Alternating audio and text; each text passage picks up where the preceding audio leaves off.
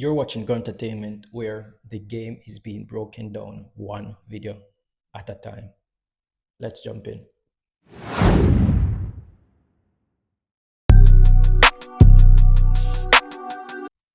Now, Arsenal have been chasing creativity and unpredictability in their attack. And Eberechi Eze might just be the player that is missing. This is the final piece of the puzzle for Arteta's Arsenal. But how exactly can he change his Arsenal games this season? Based on watching him, I think that there's five things that he can do to change the way in which Arsenal plays. Now, one, he had a direct creativity in midfield. Even though Arsenal have Ødegaard and Saka as their main creative outlet, with Eze, he adds a different flavor. He's a different type of creative player. He's he's not going to be your triangular passing player. He's creative in the sense in which he likes to pick up the ball either from deep or in the opponent's in the middle third of the pitch and the opponent's third of the pitch or the middle third, and he's a great dribbler. So he can run with the ball and bring his team up the pitch. Silky smooth dribbling. He's very good in 1v1 situation. So he has his ability to dribble past defenders in 1v1 situation can create a different outlook for this Arsenal team in which he'll be able to open up a lot more space that Arsenal often struggle with to create from teams that have a deep defensive block. Two is a transition threat. One of Arsenal weaknesses last season was that they're very slow when they regain possession and try to launch a counter attack at their opponents. They were oftentimes a bit lethargic in that sense, where it wasn't quick when they win the ball and quickly get some combination play and get in behind their opponent's backline to try to create something.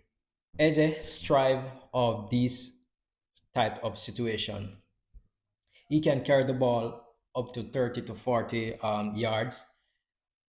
What, while doing that, he has the vision and the ability to find his forwards, whether it's Saka, Martinelli, whichever players he's playing with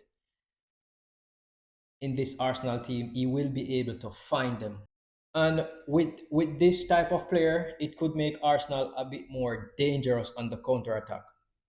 So teams that like to press, high press, the Man City, Liverpool, this will be a good advantage with good advantage for Arsenal having Eze in this team, or even in the Champions League where teams like to be very explosive in their play. Number three, he's very flexible. So when it comes on to position, for me, I think he's a 10. Slightly, he loves pick up the area between the winger and the number 10 position. He operates within that area. And I think that is a perfect, like a left side 10. That's his position where he's most effective and most efficient in. And while he can play wide, he can play as a winger, he can also play as a number 8 or as a number 10.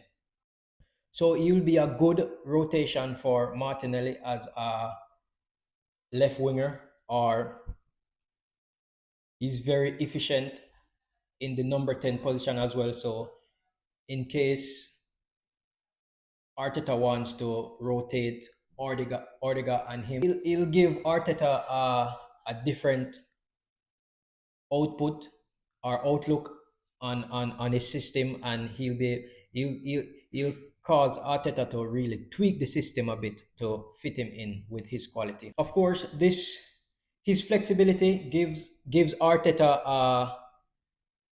a bit of tactical tweaking to the system without having to make any more new signings to put in a specific position. It gives Arteta a flexible tactical outlook on how he can approach a certain a specific game without having to spend a lot or even having to bring in other players to fit that role for the specific system that in which he wants to play. Number 4 is his ball carrying ability versus deep block opponents. So he will be good in this area. Arsenal's biggest problem last season was that teams who normally park the bus or sit in a low block, they struggle to break those teams down.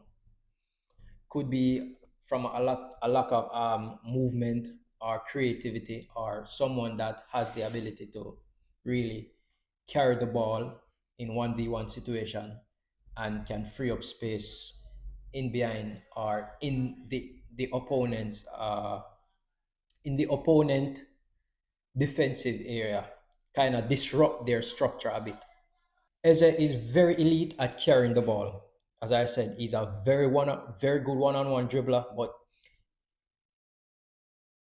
his drunken style dribbling with his ability to just ease his way past any player, any defender on the pitch will helps to free up the other attackers, the other Arsenal attackers, because now the man with the ball become more dangerous. So they lose concentration on their marker and is more focused on Eze, who is the player that is dribbling the ball. So that frees up more space for the other rest of Arsenal attackers, which he can then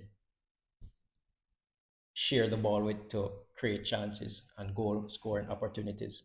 Fifth and final thing that I think Eberechi Eze will on how Eberechi Eze will able to help Arsenal. He's gonna help Arsenal with is set pieces. He's very good at taking set pieces. Yes, there's Declan Rice and other players that Arsenal have that is very good at set pieces, but when you add Eze to this Arsenal squad, he also provides you with a set piece threat because he has the quality to score from a free kick. We all know how good Arsenal is at set pieces, specifically corners. He gives Arsenal another attacking weapon to use at their disposal, to use in their arsenal whenever teams deny them that space from open play chances. With Eberechi Eze, he adds his addition to this Arsenal squad. He adds unpredictability, dribbling, and the kind of chaos that can turn draws into win. Now, the question is, will he play every week for Arsenal or will he just be an ultimate wild card from the bench? Let me know in the comments, and thanks for watching. Like and subscribe the video, and I'll see you in another one.